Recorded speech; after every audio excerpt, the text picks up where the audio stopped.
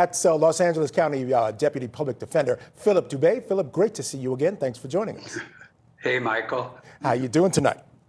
Good, sir. How are you? I'm doing well, thank you. I want to talk a little bit about this issue of how close is too close. You know, it's one of those things we often know the definition of obscenity is you know it when you see it. I think the same thing applies to this type of thing. You know, how close is too close? You can't define it, but you kind of know it when you see it. Yeah. Do you mean in terms of picking a jury?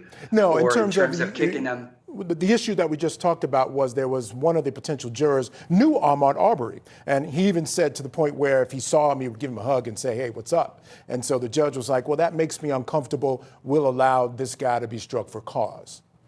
Yeah, that's not even close.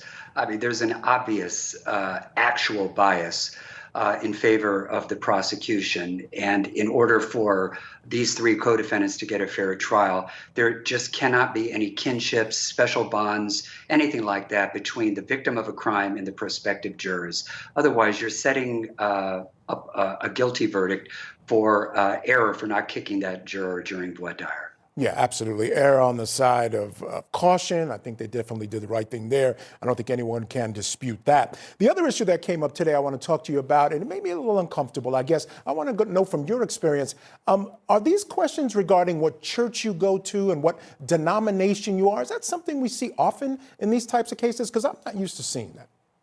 Oh, I see it frequently. I do.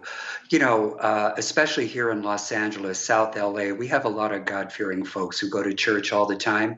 Some of them don't want to stand in judgment, and some of them want to condemn sinners to hell. They want to be judge, juror, and executioner. And if you don't know which way they're going to lean, in other words, that they want to convict or not judge, you got to get rid of them because it's too erratic. And you got to get rid of them because, in my opinion, faith should not play into it.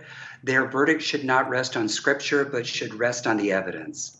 All right, fair enough. Philip Dube, I want to appreciate that. We're going to take a quick break right now. You'll stand by. When we come back, incredible details coming out of the possible